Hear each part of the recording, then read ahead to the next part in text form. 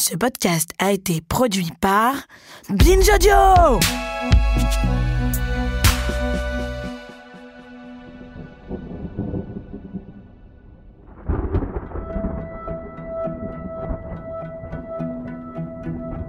Vous êtes-vous bien lavé les dents sous la douche ce matin ? Avez-vous bien trié vos déchets, mangé des graines bio hier soir ? Faites un petit effort, chaque geste compte.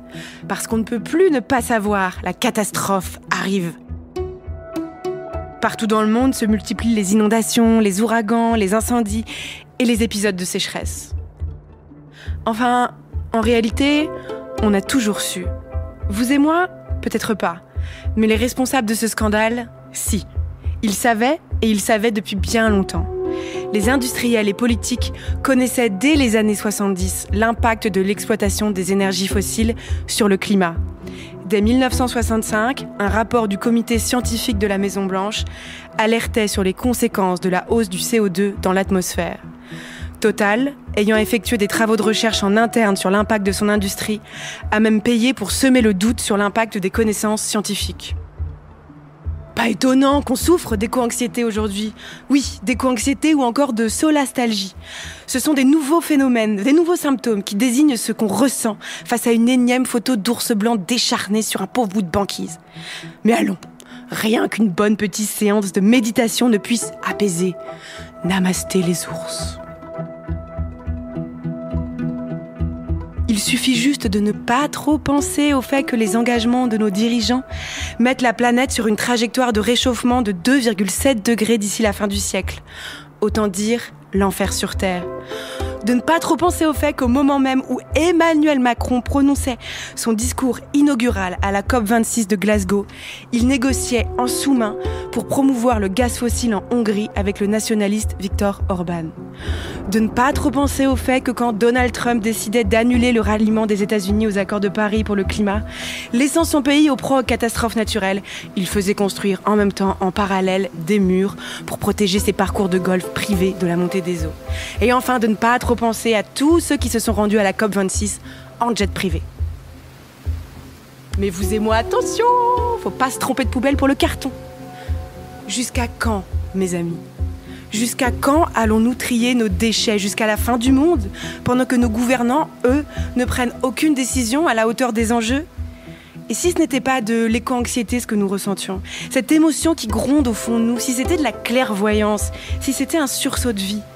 Parce que, est-ce que dans les livres d'histoire, on raconte que les résistants souffraient de naso-anxiété ? Non, je crois pas. Je crois qu'on loue leur courage pour avoir sauvé l'humanité. Moi, je crois que la solastalgie n'existe pas. Je crois que nos dirigeants cherchent à psychiatriser notre lucidité sur leur complicité dans ces crimes. Et je crois que ce qu'on ressent, c'est de la rage et que de cette rage, il est temps de faire quelque chose. Autre chose qu'une pancarte ou un hashtag.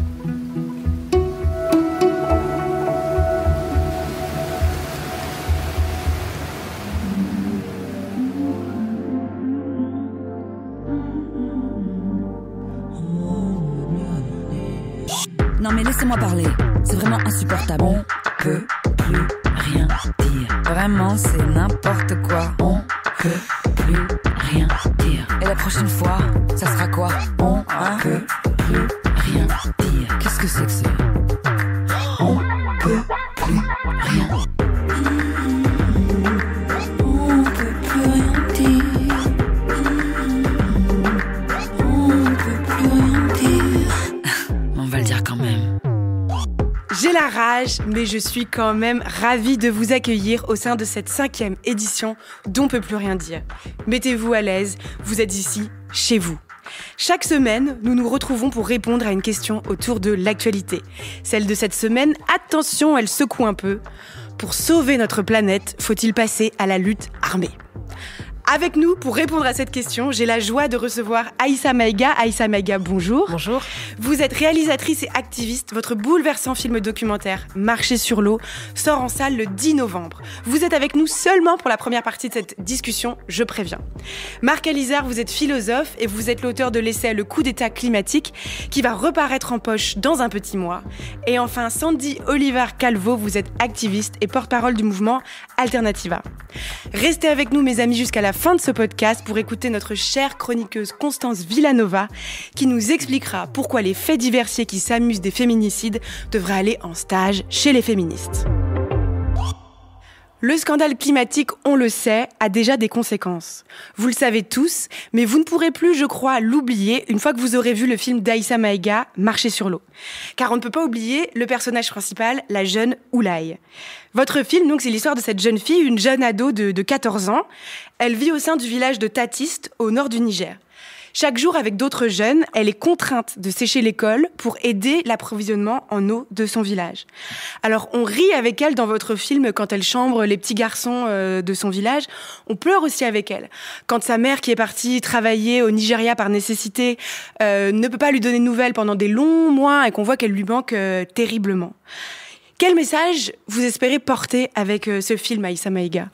D'abord, pour moi, ce film, c'est donner une voix à des personnes qui sont des oubliées, qui sont en proie avec la question du climat d'une façon beaucoup plus drastique que nous, qui subissent les effets de la pollution mondiale, de la pollution des pays industrialisés, alors que eux ne polluent pratiquement pas. Et au-delà de ça, l'idée, c'est, à travers ce film, de montrer, aussi bien sur le continent africain, dans des endroits citadins, où les gens n'ont pas forcément conscience de ce qu'on vit dans les campagnes reculées, mais aussi en Occident, de montrer que finalement, nous sommes tous interconnectés et que notre responsabilité est engagée vis-à-vis de nous-mêmes, vis-à-vis des générations futures, mais aussi vis-à-vis de populations qui, aujourd'hui, n'ont même pas parfois accès à l'information. Quand je suis arrivée dans le village, la plupart des gens n'avaient aucune idée de ce qu'était le réchauffement climatique. Évidemment, on a mené beaucoup de discussions dans ce sens-là. Et pour moi, c'est l'occasion de dire, à travers une phrase interminable, excusez-moi, je vais y arriver, je vais trouver une fin.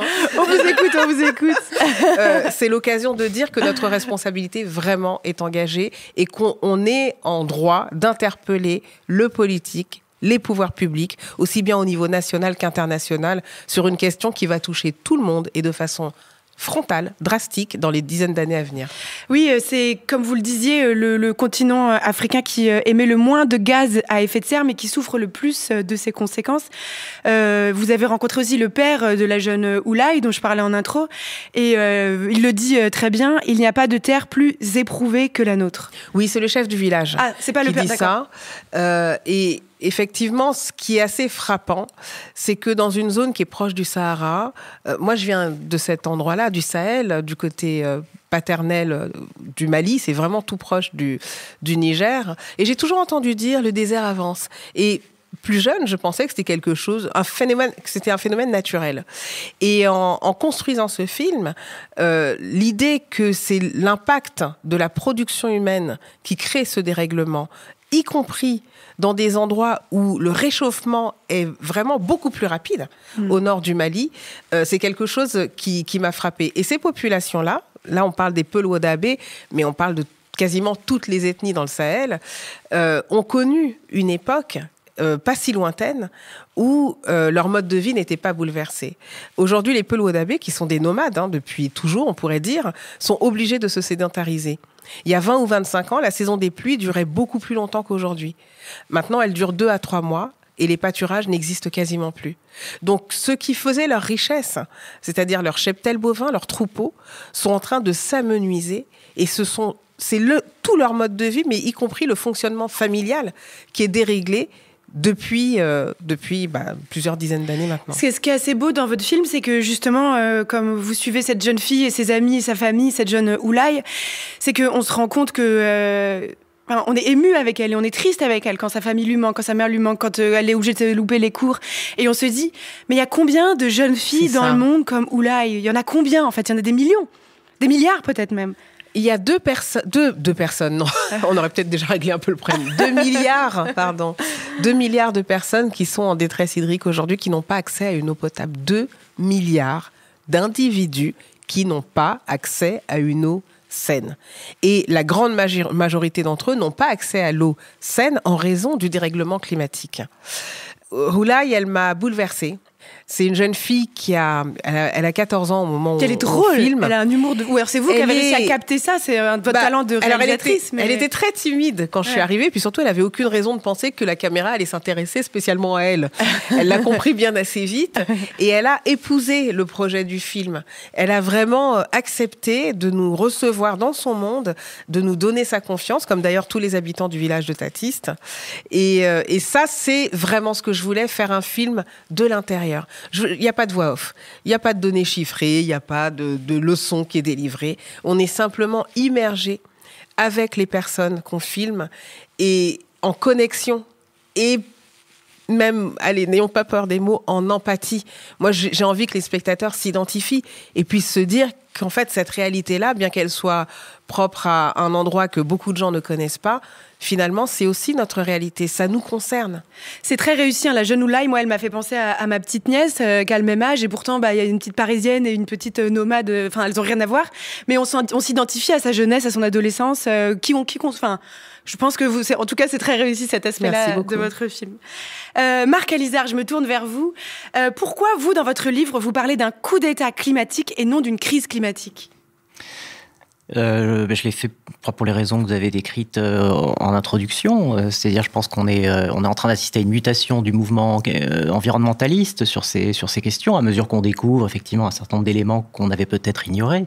Je dirais qu'il y a toute une partie du discours écologique qui a consisté dans un premier temps à sensibiliser au changement climatique, et c'était déjà pas simple, hein. Il y a eu à affronter énormément de désinformation, énormément de climato-scepticisme ou de climato-négationnisme, et puis en fait on s'aperçoit aujourd'hui que ça va pas être suffisant. On a sensibilisé, je crois qu'à peu près tout le monde désormais est au courant, en tout cas les gens qui nous gouvernent, les populations, voilà, qui peuvent être éventuellement, qui peuvent avoir un impact dans l'interruption de ces choses-là. Et malgré tout, on voit pas de grands partis écologistes au pouvoir réussir à prendre le pouvoir. On voit pas effectivement de mouvements très très significatifs de recul ou de retrait des politiques climato. Ce que vous expliquez en introduction dans votre livre, c'est que quand on parle de crise, on a l'impression que c'est un accident qui nous arrive, alors que là, c'est pas du tout un accident. En fait, c'est une conséquence logique des décisions politiques qui ont été prises. C'est ça. Une crise, ça arrive d'un coup. Hein, c'est quelque chose qui nous tombe dessus, on ne sait pas quoi faire. Voilà, un krach boursier. Bon, là, c'est quelque chose qui se développe effectivement depuis 40 ans. On n'est plus au congrès de Rio en 92 où on se disait oh là là, c'est grave, il faudrait faire quelque chose. On est vraiment maintenant en fait dans quelque chose qui a déjà commencé. On va pas interrompre la crise climatique. Elle a commencé et la seule chose sur laquelle on peut varier à la marge, c'est son intensité. On en est à peu près là. Et je pense, pour finir sur la question que vous m'avez posée, qu'on est en train de basculer dans une nouvelle conscience écologique où finalement, on ne peut plus être dans la sensibilisation, il faut maintenant qu'on soit dans autre chose. Alors, ça peut être l'action, la désobéissance civile, j'en parlerai, enfin, je crois que vous allez en parler, et ça peut être aussi, d'un point de vue simplement intellectuel, un autre type de récit, un récit accusatoire, qui consiste à maintenant dire, écoutez, c'est pas que vous ne saviez pas et que vous n'avez pas fait exprès, c'est pas que finalement on peut rien faire, c'est que vraiment il y a peut-être aussi un choix qui a été fait de excusez-moi, c'est mon chien. Celui que vous entendez, c'est le petit toutou de Monsieur Alizard. Je suis venu avec un militant environnementaliste qui est lui-même un peu angoissé.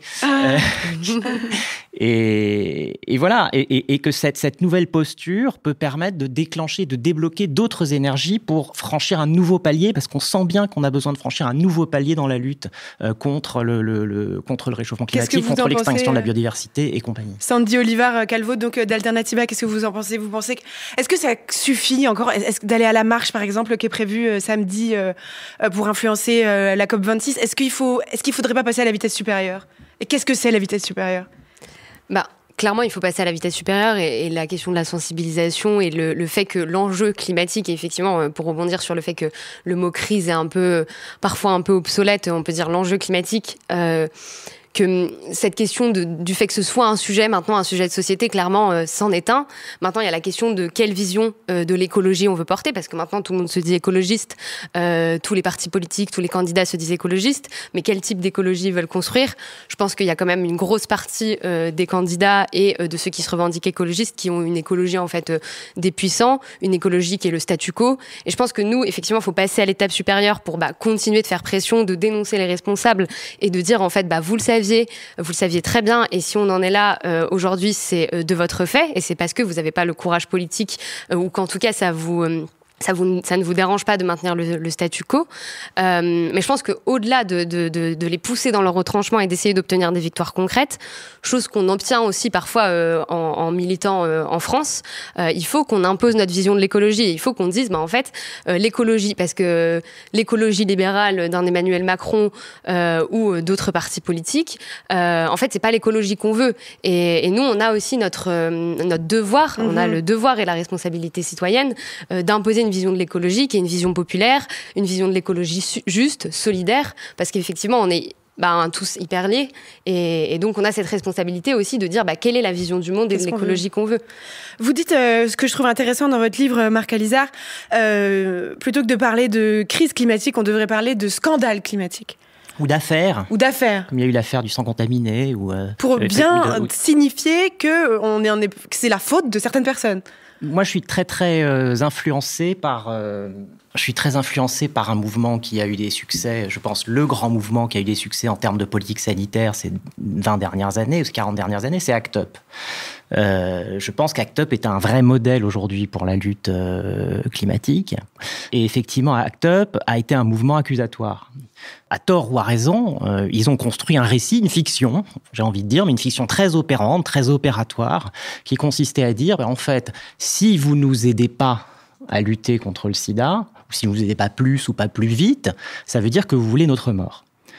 Vous voulez la mort des homosexuels, vous voulez la mort des toxicos, vous voulez la mort des prisonniers, vous voulez la mort des haïtiens, puisqu'à l'époque, c'était les 4 catégories majeures qui étaient touchées par le sida. Et derrière un vague consensus sur le sida, c'est pas bien, il faut se protéger. En fait, on ne faisait pas suffisamment pour les vraies personnes qui étaient concernées. Bon, Aïssa en a parlé, on sait qu'une des raisons pour lesquelles il y a une apathie politique sur ces sujets, c'est que finalement, les populations les plus touchées par ces sujets sont les populations qui n'ont pas la parole, et qui n'ont pas le pouvoir de changer ces choses-là. Donc il faut que ces personnes soient visibilisées, c'est un des grands sujets d'ACT UP, comment on visibilise les victimes, et puis effectivement, comment on change le discours, le récit, la narration sur ces questions-là, en disant on n'est pas dans une crise sanitaire, typiquement le sida, on est dans une affaire. Effectivement, quand de surcroît, il y a eu vraiment l'affaire du sang contaminé, la question s'est réellement posée de savoir s'il y avait une vraie volonté authentique et sincère de lutter contre ce fléau. Aïssa Maïga, votre film est accompagné d'une campagne d'impact, incitant à organiser soit des projections débats dans les écoles, soit de donner de l'argent directement à des associations nigériennes. Selon vous, les ONG sont encore un recours pour nous aider justement dans ce scandale climatique ? Je suis en peine de vous répondre, car dans une certaine mesure, et je ne parle pas que de la question du climat, on peut interroger le rôle que jouent les ONG dans ce qu'on appelle le processus du développement dans les pays dits pauvres. Je pense qu'il y a des mouvements qui sont absolument sincères et qui ont une réelle efficacité en termes d'impact, mais je pense qu'il faut vraiment faire le tri parce que peut-être que certaines ONG participent à une forme de statu quo, à une forme d'immobilisme, en justifiant par le biais humanitaire le manque d'action politique, par ailleurs. Donc moi, je suis assez partagée, je suis extrêmement attentive à la façon dont on travaille avec les ONG ou pas, notamment dans cette campagne d'impact. Oui, donc celles-ci, vous les avez triées, choisies. Voilà, vraiment triées au peigne fin. J'ai tenu aussi à ce qu'il y ait des ONG africaines, dirigées par des Africains en Afrique, et pas uniquement des organisations extérieures, venues de l'extérieur, avec parfois aussi des solutions pensées depuis l'extérieur pour le continent africain. Et puis, j'ai beaucoup d'espoir concernant une nouvelle génération qui s'appuie d'ailleurs parfois sur les anciennes pour créer un récit qui soient nouveaux et des modes d'action qui sont aussi peut-être plus en phase avec les sociétés africaines d'aujourd'hui. Sandy Oliver Calvo, vous livrez, donc, comme vous l'expliquez, régulièrement à des actes de désobéissance civile. Pour en citer quelques-uns, décrochage des portraits de Macron, occupation des tarmacs d'aéroports. Vous étiez à Glasgow, vous aviez des membres de Alternativa qui sont en ce moment à Glasgow ? Alors, ils sont revenus, mais on avait des membres qui étaient là-bas. Moi, j'y étais pas, je pouvais pas y aller. Mais oui, on avait des membres qui étaient à Glasgow pour justement aussi investir ces espaces et en fait pas laisser une tribune politique à notre cher président qui peinture son mandat de vert et qui se fait passer pour le président du climat et qui va donner des leçons à d'autres pays. Alors évidemment, il faut des engagements forts de la part des États-Unis, de la Chine, etc. Mais qui va donner des leçons constamment, alors que concrètement en France, si on prend juste l'exemple de ce qu'on a appelé la loi climat, qui a été la suite de la Convention citoyenne pour le climat en France, c'est un échec cuisant et c'est pas que des échecs en fait. Nous, c'est ce qu'on dit en fait, c'est du sabotage criminel et volontaire qui fait que reculer et c'est pas juste de l'inaction climatique, c'est vraiment de la volonté de continuer dans ce statut qui nous mène complètement à notre perte. Donc nous, on est allé à Glasgow, enfin des activistes d'Alternativa et d'ANV COP 21 sont allés à Glasgow pour faire des actions là-bas et pour brandir des portraits qu'on avait décrochés dans des mairies. Alors, à première vue, on se dit, pourquoi décrocher des portraits dans des mairies Des portraits de Macron ? Des portraits d'Emmanuel Macron dans des mairies. Pourquoi faire ça ? Quel est l'intérêt ? Il y a pas mal de gens qui comprenaient pas l'objectif. L'objectif, à l'époque, c'était de dire qu'en pleine période de prise de conscience climatique, quand il y avait les marches climat et toutes ces mobilisations climat, et qu'il y avait eu des recours juridiques contre l'État pour inaction climatique et des centaines de pétitions signées, l'idée c'était de dire, en fait, notre président, il en fait pas assez. Donc, en fait, il laisse un vide climatique. À qui, selon vous, profite, justement, là, je me tourne vers vous trois, à qui profite ce réchauffement climatique, ce scandale climatique, comme on va l'appeler, à qui ça profite ? Monsieur Alizard ? Ça profite à pas mal de gens. Bon, ça profite d'abord directement aux intéressés, c'est-à-dire par exemple aux grandes compagnies pétrolières dont vous avez parlé, qui ont pu continuer à extraire du pétrole tranquillement pendant 40 ans sans que finalement on aille trop chercher ce qui se passait. Ça profite aux vendeurs d'armes qui peuvent vendre des armes dans des pays qui sont déstabilisés par le changement climatique, ce qui se passait en Syrie, qui peuvent éventuellement mettre la main sur des nouvelles matières premières. En Syrie, le pétrole qui a changé de main et qui est maintenant russe. Ça peut profiter, ça Naomi Klein parle très joliment de tout ça, enfin elle serait très, très brutalement, je devrais dire, mais voilà, ça peut profiter à toutes sortes d'exploiteurs du désastre. On appelle ça le capitalisme du désastre. C'est-à-dire qu'à chaque fois qu'il y a un désastre quelque part, évidemment, il profite à des gens qui peuvent en tirer des bénéfices. Après le passage de l'ouragan Katrina, c'est un exemple que vous donnez dans votre livre. Elle a écrit le Shock Doctrine juste après le passage de Katrina. Après Katrina, qu'est-ce qui s'est passé ? Finalement, les gens qui habitaient sur ces régions côtières, qui étaient souvent des gens pauvres, locataires, souvent noirs, ont été expropriés et finalement des sociétés foncières ont racheté ces terrains et construit des grands bâtiments qu'ils ne pouvaient pas construire tant que ces populations étaient présentes. Donc elle a dit, elle n'a pas dit les sociétés foncières veulent des ouragans, mais elle a dit quand il y a un ouragan, ils savent quand même bien en tirer parti. Donc il y a un capitalisme du désastre, ça c'est très clair. Il y a par exemple la sœur d'un garçon qui s'appelle Jacob Rees-Mogg, qui est une personnalité importante dans la politique anglaise, qui a écrit un papier qui s'appelle « Comment profiter de la crise mondiale de l'eau ». Ça s'appelle comme ça, le papier. Oui, c'est ahurissant quand même de lire ça. On parlait tout à l'heure de 2 milliards de personnes qui n'ont pas accès à l'eau potable, mais pour un capitaliste, ces 2 milliards de personnes, c'est un marché potentiel de pouvoir acheter de l'eau en bouteille. Enfin, c'est aussi simple que ça, j'ai l'impression. Ça peut parfois être une opportunité. Il faut réussir, pour comprendre ça, à sortir d'une idée qui est que si le climat se dégrade, on va tous mourir. Ça qui a été pendant un moment aussi une manière de sensibiliser les gens. On est tous dans le même bateau, la Terre va mourir, l'humanité est finie. En fait, j'ai envie de dire presque le problème, c'est que non, en fait. Ça va prendre d'abord beaucoup de temps, et puis d'abord, ça va se manifester par des micro-catastrophes successives dans des endroits d'abord fragiles, un peu moins fragiles ensuite. Et à chacun de ces endroits, vous avez un endroit faible qui peut faire l'objet d'une prédation. Donc, on a quand même quelque chose qui se dessine qui est assez clair. Là-dessus, là-dessus, il y a quelque chose de nouveau qui s'est greffé, et Naomi Klein en parle aussi dans un livre plus récent, qui est l'ethnonationalisme, ou le suprémacisme blanc. C'est-à-dire l'idée qu'au fond, puisque ça touche des populations qui sont soit des populations des continents africains ou des continents asiatiques, ça touche pas les populations blanches. On le sait du reste que beaucoup d'industries polluantes ont souvent été mises dans des régions où vivaient plutôt des populations pauvres, donc de couleur, notamment aux États-Unis, et qu'il y a aussi un racisme climatique qui se surimpose à la crise climatique. Tout à fait. Et que donc il y a aussi une opportunité politique, d'une certaine manière, à régner par le chaos, à régner par la terreur. Il y a un fantasme migratoire. Je suis navrée, je suis obligée de vous couper parce que dans notre émission qui s'appelle On peut plus rien dire, parfois on doit même ne plus pouvoir rien dire et faire une courte petite pause. On se retrouve dans une poignée de secondes. Merci d'être avec nous, c'est toujours On peut plus rien dire. Nous sommes en train de nous demander si nous devrions passer à la lutte armée pour sauver notre planète. À mes côtés, le philosophe Marc Alizard et l'activiste Sandy Olivar Calvo. Hélas, notre amie Aïssa Maïga a dû filer. Restez avec nous jusqu'à la fin pour écouter la chronique de Constance Villanova. Alors, moi, j'ai envie de vous poser une question. Peut-être un peu cash, mais je pense qu'on est beaucoup à se la poser. C'est, sommes-nous dans une ère pré-fasciste ? À votre avis, Sandy Olivar Calvo ? Moi, je pense que oui. Ça se voit avec le traitement médiatique en France. Et du coup, il y a de gros risques et il faut être clairement hyper vigilant avec ça. Et raison de plus, j'ai envie de dire, pour du coup que la société civile s'organise et qu'elle impose sa vision de l'écologie et qu'elle outrepasse aussi tout ça. Et qu'en fait, il y a une nécessité d'imposer dans le débat politico-médiatique d'autres débats, notamment dans le cadre de la présidentielle. On le voit là, sur toutes les chaînes, les sujets, c'est les mêmes. C'est les sujets migratoires, c'est des questions racistes. Donc en fait, c'est aussi notre rôle à nous de s'organiser et de passer au-dessus de ça. Donc oui, clairement, il y a un danger et on va pas le nier.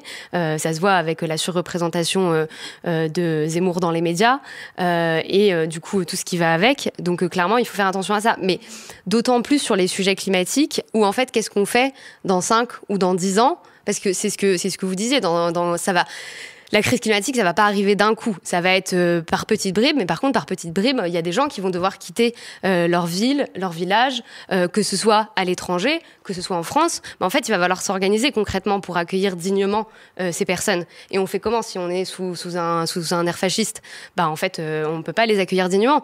Donc c'est à nous aussi, société civile, de se dire on va pas attendre que ça vienne d'en haut, parce qu'en fait ça ne viendra pas d'en haut. Enfin, en tout cas, moi personnellement, j'attends rien des décideurs politiques. Oui, il y a quelque chose d'assez naïf de penser que les décideurs et les industriels qui nous ont emmenés sciemment dans la situation dans laquelle on est aujourd'hui vont aujourd'hui nous en sauver. Moi, je trouve ça complètement absurde de penser que non, vous n'êtes pas d'accord. Je suis pas d'accord. Non, je pense qu'ils nous en sauveront effectivement, mais à leur manière.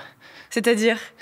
Avec un état d'urgence, un état d'exception, des lois spécifiques, l'armée, voilà. C'est-à-dire qu'on va faire ce qu'on sait faire. C'est pas comme si c'était sans précédent. Mais ce sera pas vraiment nous sauver, parce qu'au final, il y aura eu 0 réduction des émissions de gaz à effet de serre. Et oui. Mais de fait, on continuera, et c'est ce que vous disiez aussi tout à l'heure, la lutte climatique, là, clairement, elle est perdue. Enfin, en tout cas, elle est un peu perdue parce que la bataille de base, qui était la bataille des 1,5 degrés, qu'il fallait pas dépasser, on sait qu'elle sera dépassée et elle est en train d'être dépassée, mais en fait chaque dixième de degré, c'est des millions de vies qui sont sauvées en fait, ou des millions de vies qui sont mortes, et aussi des millions de vies qu'on accueille dignement ou qu'on n'accueille pas dignement dans notre pays, et comment on s'organise. Donc oui, clairement ils vont pas nous sauver, ils vont essayer de rattraper. Ouais. Vous vouliez réagir ? Non, je pense que oui. Enfin, moi, je suis assez pessimiste sur les capacités de la société civile aujourd'hui à s'opposer à un projet de coup d'État de ce type. Je veux dire, on l'a vu avec Trump. Et la société civile, laquelle ? Je veux dire, quand la société civile aux États-Unis, par exemple, vote à 52% pour un dictateur, enfin un proto-dictateur, qui a menacé quand même, qui a fait un coup d'État sur son propre pays après son départ. Enfin, on en est quand même là. Je suis un tout petit peu sceptique sur la capacité d'organiser une société civile contre elle-même. Je pense que malheureusement, le combat écologique, et c'est très paradoxal, est minoritaire par nature, mais qui doit assumer ce statut minoritaire. C'est pas gênant, je veux dire. Qu'est-ce que c'est que dans votre livre, vous développez un concept qui est très intéressant, qui est le carbofascisme. Qu'est-ce que c'est que le carbofascisme ? Le carbofascisme, c'est un mot qui a été inventé par un sociologue des sciences qui s'appelle Jean-Baptiste Fressoz. Il y a quelques années, dans Libération, il avait écrit un article qui s'appelait Trump, Bolsonaro, Duterte vers un carbofascisme, dans lequel il faisait le constat que l'extrême droite mondiale avait une sorte d'accointance un peu étrange avec les énergies fossiles. Voilà, et qui effectivement va pas forcément de soi. On pourrait penser que l'extrême droite a une tradition terrestre, terrienne, agricole, la terre ne ment pas, non aux engrais chimiques, etc. Pas du tout. Il y a eu une mutation qui s'est opérée à l'intérieur de ce corps de doctrine. Et il n'en produisait pas à ce moment-là une analyse, mais le sujet du livre que j'ai écrit, c'était effectivement d'aller un petit peu plus loin dans ce sujet en se demandant effectivement est-ce qu'il n'y a pas quelque chose comme une alliance carbo-fasciste, c'est-à-dire comment est-ce qu'on arrive au fascisme par les industries fossiles. C'est ce que je disais tout à l'heure, c'est-à-dire qu'à partir du moment où les industries fossiles produisent un effondrement des structures sociales, démocratiques, de l'accueil migratoire, vous en parliez, ça c'est une question absolument clé. Ils vous expliquent qu'ils veulent protéger les frontières, etc. Mais en fait, ils s'arrangent absolument pour faire le contraire. C'est-à-dire pour qu'il y ait une déferlante migratoire qui leur permette, encore une fois, de justifier un état d'urgence. Il y a un livre qui s'appelle Le camp des saints, de Jean Raspail, un vieux livre des années 70, qui est devenu la Bible des carbofascistes, et notamment de Samuel Huntington, l'auteur du Choc des civilisations. Alors, le camp des saints, c'est quoi ? C'est un scénario de roman où une espèce de vague migratoire, effectivement, déboule sur l'Europe, et les saints, c'est-à-dire le camp du bien, qui veut accueillir dignement, se fait complètement déborder, et l'Europe est déchristianisée, décivilisationnée par cette vague migratoire. Ça, c'est un truc qui obsède complètement l'extrême droite mondiale. Oui. Voilà. C'est ce qui est très intéressant à comprendre, selon moi, c'est ce que vous aussi vous l'expliquez, et je pense que vous allez être complètement en résonance avec cette théorie, c'est que, comme on l'expliquait, le scandale climatique n'est pas une triste conséquence inattendue de l'industrialisation, il est même en fait la dernière excroissance du capitalisme, parce que le capitalisme fonctionne sur la spéculation et la création de richesses fictives. Et à un moment, ces richesses fictives, ces dettes, plus personne ne peut les rembourser, on a besoin d'une grosse catastrophe, que ce soit la crise de 29, la crise de 2008, un crack, pour que plus personne n'ait à payer ses dettes. Et en fait, finalement, ce que vous expliquez, si j'ai bien compris, c'est que le réchauffement climatique, c'est comme les crises économiques qu'on avait apprises, nous, quand on était au lycée ou au collège, elles sont une conséquence logique du fonctionnement du capitalisme.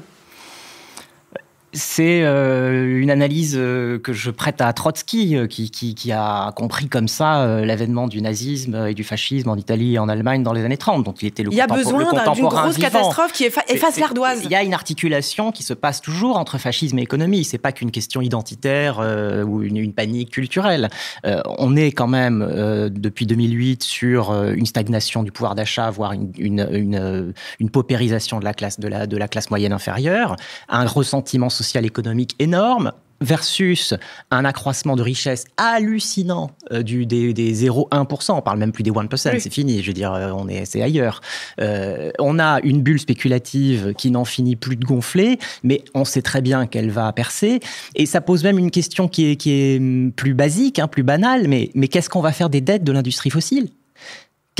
Qui va les payer ? C'est la question que vous souleviez, j'ai l'impression, Sandy Oliver Calvo, en disant quelle économie on veut, quelle écologie on veut, pardon. C'est ça, c'est aussi à ça que vous faisiez référence, si j'ai bien compris.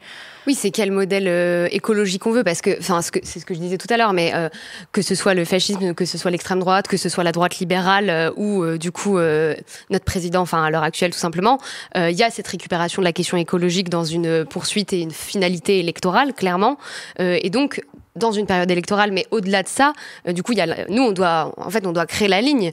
Nous, maintenant, on a imposé dans le débat public et politique le fait que la question climatique et la question écologique, c'était nécessaire, c'était un enjeu.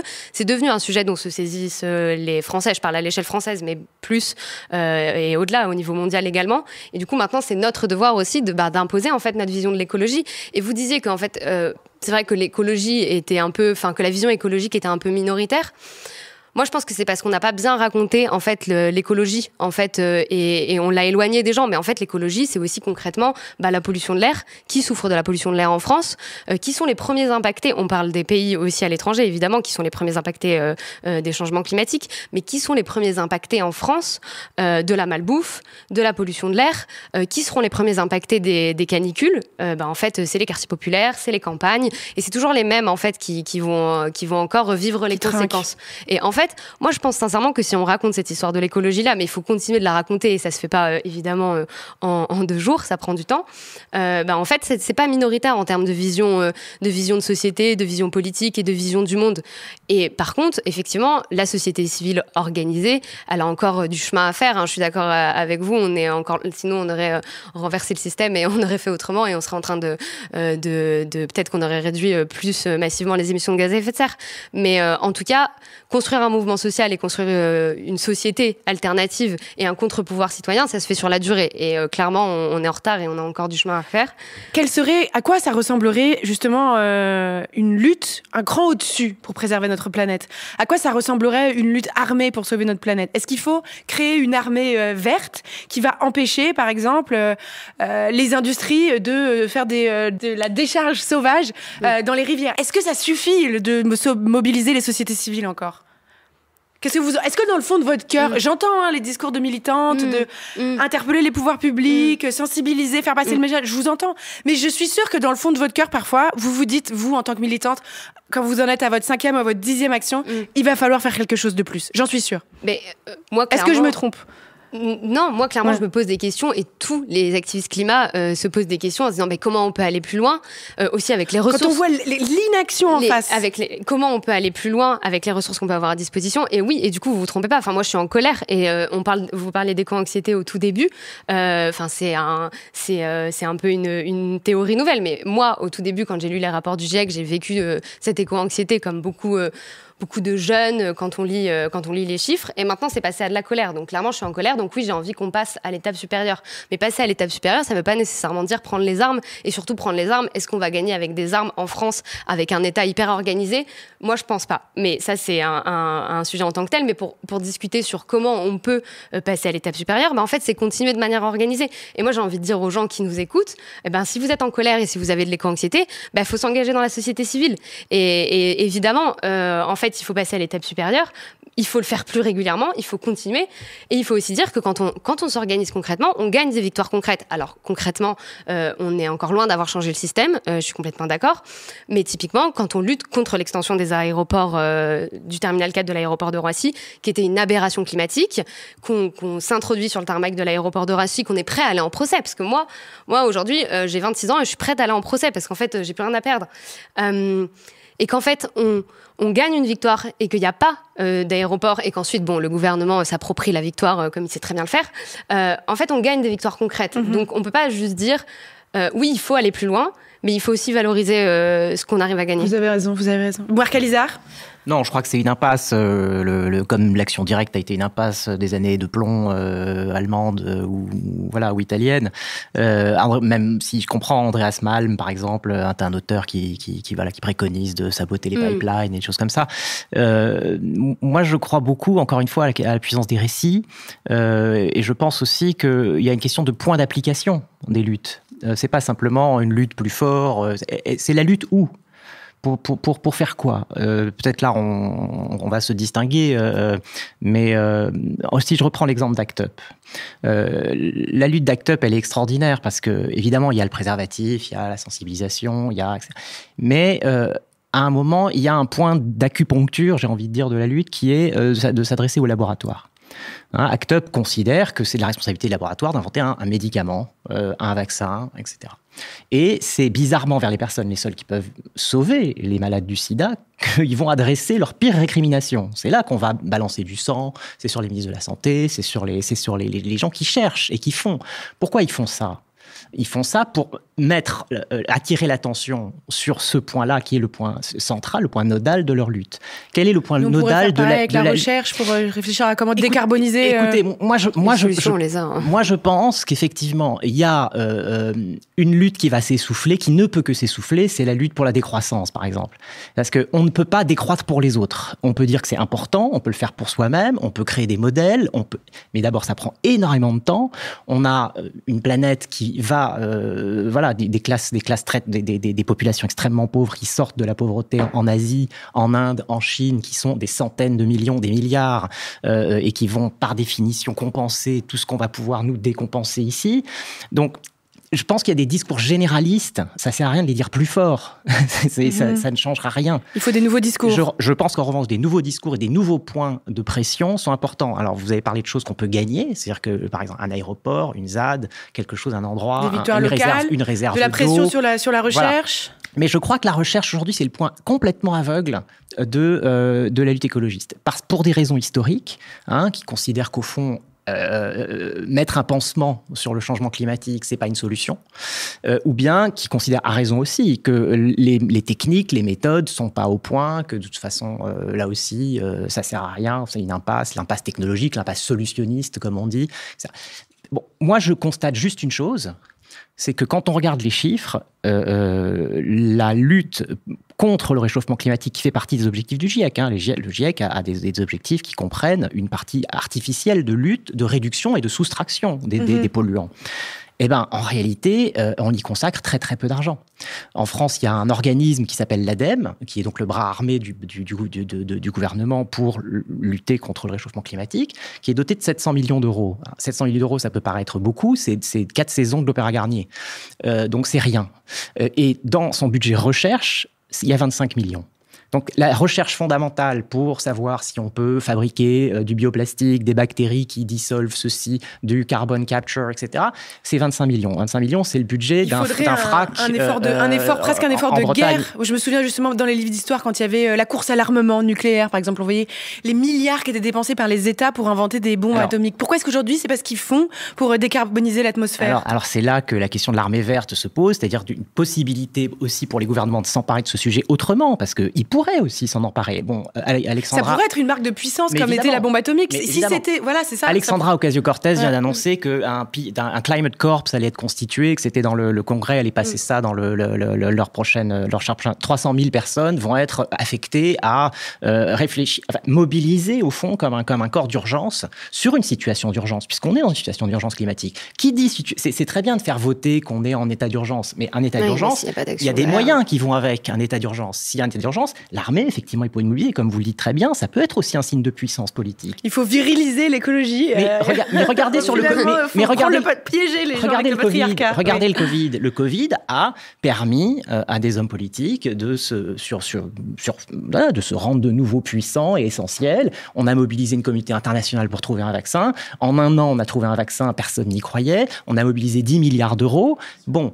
Voilà. Donc, à un moment, vous parlez d'effort de guerre. Moi, j'aime bien citer cet exemple-là. Effectivement, il faut un effort de guerre, un effort qui s'apparente à un effort de guerre. Par exemple, électrifier la totalité de tous nos besoins électriques par du photovoltaïque, ça peut être un effort de guerre. Mais je vais vous donner juste une anecdote pour dire ce que ça veut dire. Donc, on est en 1941. Churchill appelle Roosevelt. Et il lui dit, on a besoin de bateaux, on a besoin d'avions. On est en train de perdre la guerre industriellement face à l'Allemagne qui a un appareil industriel plus fort. À l'époque, l'Amérique produit, je crois, 7 bateaux de guerre et 80 avions. Et il dit à Churchill, écoutez, moi je peux vous faire 7 avions, 7 bateaux et 80. Vous en avez besoin de combien ? Il dit 4000. Voilà. Donc, ils en font 4000. Ils ont réussi, voilà. Et ils en font 4000 oui, en une année. Du coup, c'est toujours une question de responsabilité politique. Enfin, moi, je suis carrément d'accord avec ça. Mais si on fait pas pression sur le parce qu'en fait, les solutions, il y en a déjà une bonne partie qu'on connaît. On a besoin de poursuivre la recherche, notamment sur des questions d'adaptabilité, parce qu'en fait, on se penche pas du tout sur ces questions, parce qu'on est surtout sur des questions de réduction d'émissions de gaz à effet de serre. Mais on n'est pas du tout en train de préparer nos territoires. Mais en fait, il faut préparer nos territoires. Il faut voir comment on aménage des maisons, comment on déplace peut-être des populations, pour pas qu'elles vivent les conséquences directes et qu'il y ait ait des morts en fait. Et en fait ça s'est passé cet été en Belgique et en Allemagne. Enfin en Bien fait sûr. on parle pas d'un pays qui est lointain, on parle de pays frontaliers. Donc une partie des solutions on les connaît, il y a clairement une partie qu'il faut continuer de rechercher, mais les solutions de base on les connaît, c'est désinvestir dans le fossile, c'est réguler les banques, réguler les entreprises, et donc en fait on en revient toujours au même. La question c'est la question de la responsabilité des politiques et comment nous, et c'est pas toujours pour remettre la société civile en plein milieu, mais je pense qu'il faut agir avec tout, il faut agir avec les films, il faut agir avec les livres, il faut agir dans l'imaginaire, etc. Mais si nous on n'est pas là pour les titiller et les mettre face à leurs responsabilités, il y aura pas d'investissement et il y aura pas de recherche. Donc on en revient toujours au même, à la responsabilité politique et comment chacun agit en fonction de ses niveaux aussi. Est-ce que vous espérez quelque chose de la COP26 ? Alors, moi j'espère plus grand-chose des COP. Par contre, c'est des moments importants et surtout des moments importants que nous, on doit investir pour devenir à terme, j'espère, la contrainte de ces COP. Parce que l'accord de Paris sur le papier et sur les volontés, il y en a, mais en fait, en termes de contraintes juridiques pour respecter cet accord de Paris, il n'y en a pas. Donc, une énième COP, moi, j'en attends pas. Je pense pas que c'est ça qui va nous sauver. Par contre, c'est des moments dont on doit se saisir parce qu'ils sont là, ils sont existants. Pour capter l'attention. Ouais. Marc Alizard, vous espérez quelque chose ? D'habitude, j'en attends rien, mais je mettrais juste un accent d'optimisme peut-être dans cette émission un peu sombre. C'est bien. Il y a quelque chose qui a été obtenu grâce à du lobbying, un vrai lobbying très organisé de fondations privées d'ailleurs. Ça a été l'accord sur le méthane. Ça, c'est absolument capital. Et là encore, point d'acupuncture de la lutte écologique. On était sur le CO2. Oui. Le CO2, c'est très compliqué. Très, très, très compliqué. Le méthane, et il y a d'autres gaz et d'autres polluants chimiques qui sont 50 fois, 500 fois plus... qui ont un effet de serre 500 fois plus important que le CO2. Le méthane en est un. Il y avait plein de manières d'agir dessus simples. La moitié du méthane, c'est du méthane qui sort de tuyaux qui sont mal vissés par les compagnies pétrolières. Bon, on a trouvé un accord international pour revisser, non mais on en est là quand même, pour revisser des pauvres vieux tuyaux pourris. Et ben ça, c'est une vraie victoire. Mais carrément, il ne faut pas cracher sur ces victoires et sur ces accords. Par contre, nous, derrière, on doit faire en sorte que ça soit respecté, parce que ça, c'est un autre sujet. Mais je pense qu'il ne faut pas cracher sur les accords qui sont... et dire que c'est des accords moindres. En l'occurrence, je pense que oui, c'est une avancée. Le méthane n'était même pas un sujet. Je veux juste dire que voilà, ça revient sur ce que vous disiez sur les points où la lutte peut obtenir des victoires. Il faut attraper des victoires. Ça peut être un aéroport pour une lutte collective à quelques-uns sur Paris, mais ça peut être aussi, dans le cadre d'une COP, un point très précis de quelque chose sur lequel il y a une possibilité d'agir. J'aime bien ce concept de attraper des victoires. Alors, on va bientôt devoir nous se quitter, hélas. Mais alors, avant de partir, comme vous le dites, là, on a été un ton général assez défaitiste. Mais on aime bien essayer de donner des solutions concrètes à nos amis, les auditeurs et les auditrices. Pas pour les incriminer en leur disant « Attention, il faut se laver les dents sous la douche », mais en leur donnant du pouvoir. Je vous pose la question à tous les deux. En un mot ou deux, qu'est-ce qu'on fait ? Qu'est-ce qu'on fait pour faire partie de l'effort de guerre, justement, pour sauver la planète ? Qu'est-ce qu'on fait ? On va marcher samedi. Quel conseil vous donnez ? Allez-y. Je commence. Allez-y, commencez, Sandy Oliver Calvo. En deux mots, je dirais qu'on s'engage. Et on s'engage au niveau avec lequel on a envie de s'engager. Parce que moi, je disais que je suis prête à aller en procès et à rentrer sur le tarmac de l'aéroport de Roissy, ou d'autres, c'est pas le cas de tout le monde. Donc on s'engage et concrètement, la société civile organisée, si on veut qu'elle passe à l'étape supérieure, on a besoin de tout le monde, on a besoin de toutes les compétences, de tous les cerveaux. Donc je pense qu'il faut s'engager. Marc Alizard, en deux mots.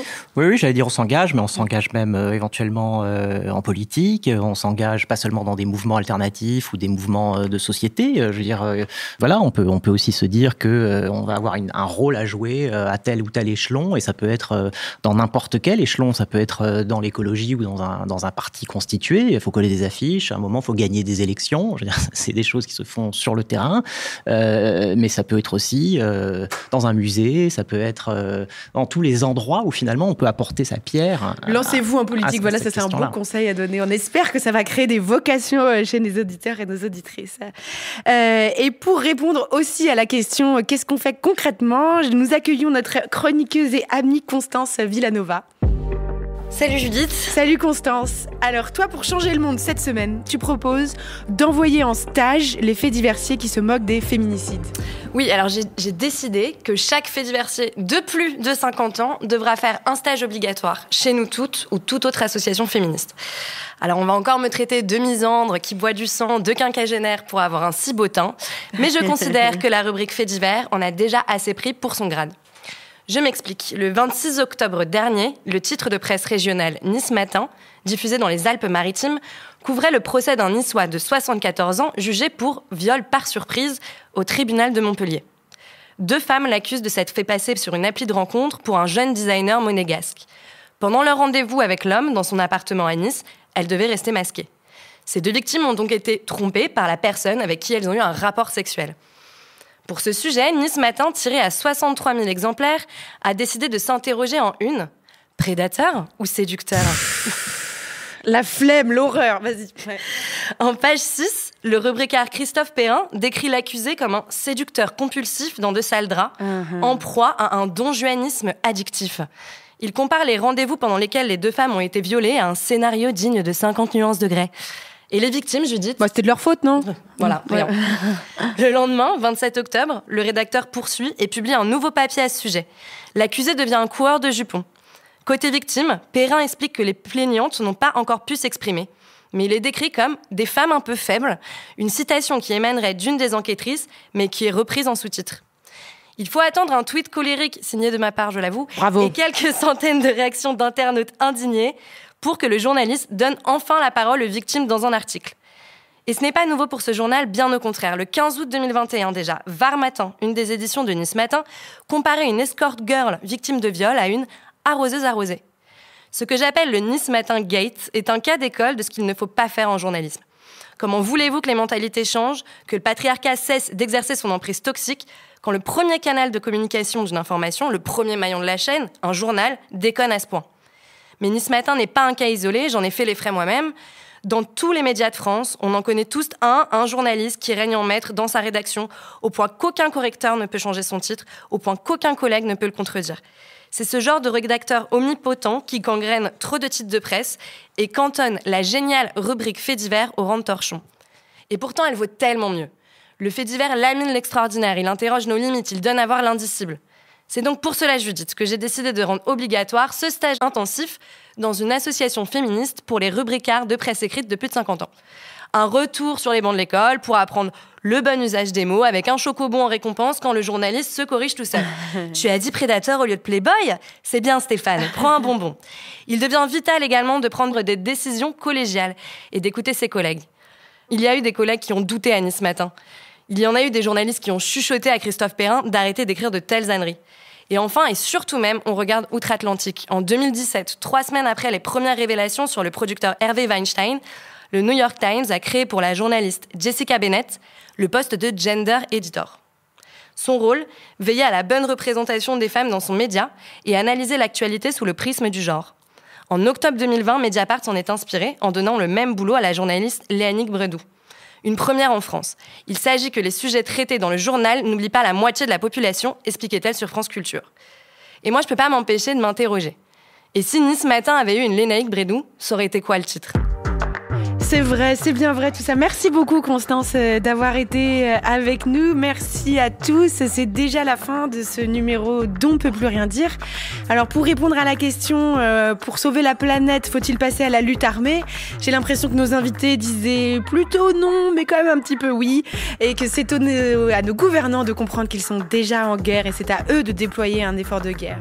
Un immense merci à Aïssa Maïga, on le rappelle, son excellent film Marcher sur l'eau sort en salle le 10 novembre. Un immense merci à Sandy et Oliver Calvo. On vous souhaite de belles luttes et on espère que vous ne finirez pas en prison.